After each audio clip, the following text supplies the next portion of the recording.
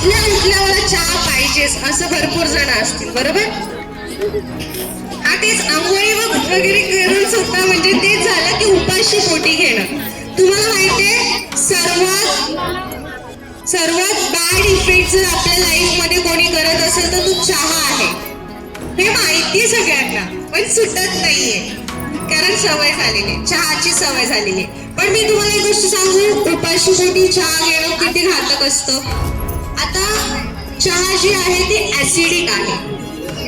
सकाळ सकाळी आपली बॉडी जठरग्नी मी सांगितलं तुम्हाला, ती हायली ऍक्टिव्ह असते, म्हणजे ती खूप ऍक्टिव्ह झालेली असते. त्यामुळे आपण त्या अग्नीमध्ये जठरग्नी जेव्हा ऍक्टिव्ह झालेली असते तेव्हा ऍसिडिक गोष्टी जेव्हा टाकतो तेव्हा असं समजा आपण विष घेतोय सकाळ सकाळी.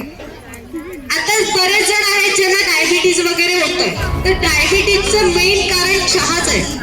कारण की त्याच्यात साखर आली, त्याच्यात दूध आलं आणि दुधाचं आणि साखरेचं कॉम्बिनेशन खूप बेकार आहे. मी सायंटिफिकली पण सांगितलं असतं, पण सायंटिफिकली नाही जाते, तुम्हाला फक्त ओरली सांगते की खूप बेकार कॉम्बिनेशन आहे ते.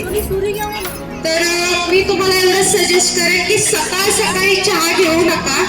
सकाळ सकाळी तुम्ही कोणी इथे असेल ना जे गरम पाणी वगैरे पितं किंवा लिंबू वगैरे असं काही, व्हेरी गुड. पण त्याच्यात अजून खूप ऑप्शन आहेत. तुम्ही मला म्हणजे कधी वाटलं तुम्हाला तर विचारू शकता पर्सनली सुद्धा.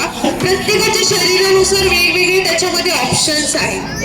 चहा घेऊ नका. चहाने आपली बॉडी खूप रिएक्ट होते आणि जे मी हॉर्मोनल इम्बॅलन्स बोलले ना त्याच्यामध्ये सुद्धा चहा खूप मोठा रोल प्ले करतो.